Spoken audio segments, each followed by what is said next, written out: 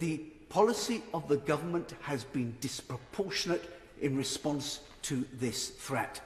There may, Madam Deputy Speaker, be a virus one day that threatens our very way of life. But this isn't it, even if we're behaving as if it were. Sir Desmond Swayne. Madam Deputy Speaker, less than a year ago, I celebrated what I thought was the election of a sceptical and liberal Conservative administration. And now I'm left wondering if the Prime Minister hasn't been abducted by Dr. Strangeglove and reprogrammed by the sage over to the dark side. The purpose of politicians is to impose a measure of proportion, a sense of proportion on science, and not to be enthralled to it. Now, I will make myself very unpopular, but I believe that the appearance of the chiefs last week should have been a sacking offence. When they presented that graph, with the caveat that it wasn't a prediction, but nevertheless, it was clear that they presented it as a plausible scenario, with its 50,000 cases per day by mid-October, based on the doubling of infections by the week. Not once, not on one day since March, have there been infections on that day that were double that of the day of the week preceding. Not once.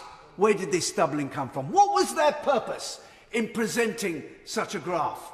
It was the purpose of the fat boy in Pickwick Papers. I wants to make your flesh creep.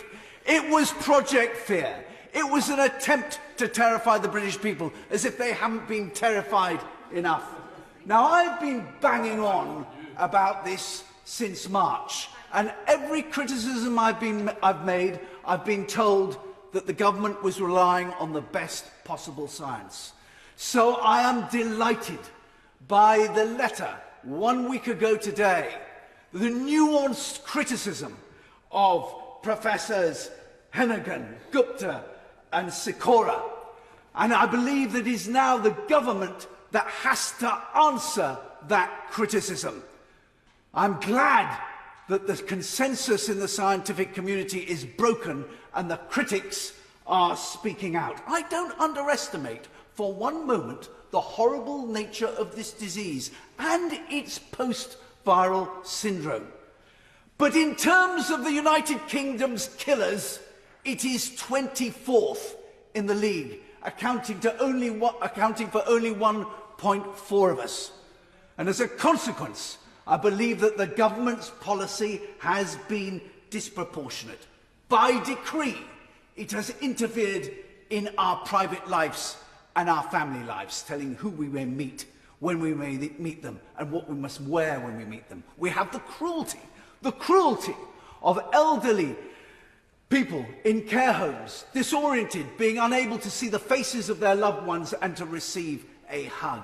We have the tsunami of deaths that we may experience shortly as a consequence of undiagnosed cancers and heart disease and the discontinuation of clinical trials. We have seen the eye-watering costs that we must now all face for a generation, having closed down our economy for all those months as a consequence of the government's policy. The crushing of enterprises, the destruction of livelihoods, the unemployment that we're going to have to face now amongst young people, all as a consequence of an overaction. I understand now there's some question as to whether students are to be allowed to return from university at Christmas. Can I say most gently to my honourable friend on the front bench that the last administration that sought to restrain celebrations at Christmas was during the Commonwealth, when the Lord Protector, as a consequence, was left musing in public as to whether, if he were to arm 1 in 10, that would be enough. How many marshals will be required? I conclude by saying that the policy of the government has been disproportionate in response to this threat. There may, Madam Deputy Speaker, be a virus one day that threatens our very way of life. But this isn't it, even if we're behaving as if it were.